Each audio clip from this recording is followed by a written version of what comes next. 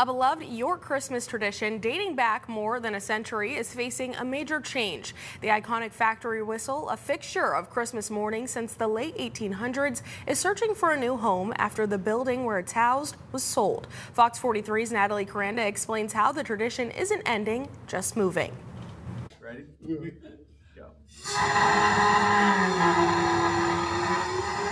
That's the sound of Christmas in York County. Since 1889, the factory whistle, one of the world's loudest musical instruments, has rung out just after midnight on Christmas morning, playing 8 songs that can be heard for miles. I had people that misread the news and that stuff.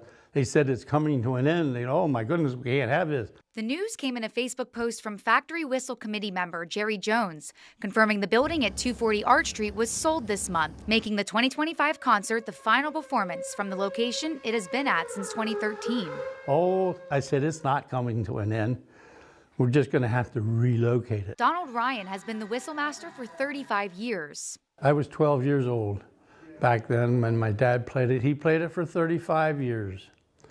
And then I took over in '99. Ryan writes every note you hear by hand because there's no published music for a factory whistle. And as the search for a new home begins, keeping the setup exactly the same is critical. So I'm a mechanical engineer, and music's a hobby with me. I take the measurements, and you got to measure everything so that when it goes back the same way. I don't want to rewrite the music. That's why the committee is looking for a very specific type of space, ideally a 3-story building with the whistle on the roof and the control room below. The whistle, the canister up there, everything has to stay the same for it to come out the right way. Starting on D. Try that again.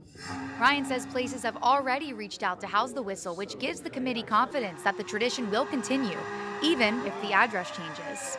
People tell me all these different stories. They hear this music coming out in the air. You don't see anybody, but it just falls down from heaven. Natalie Caranda, Fox 43 News.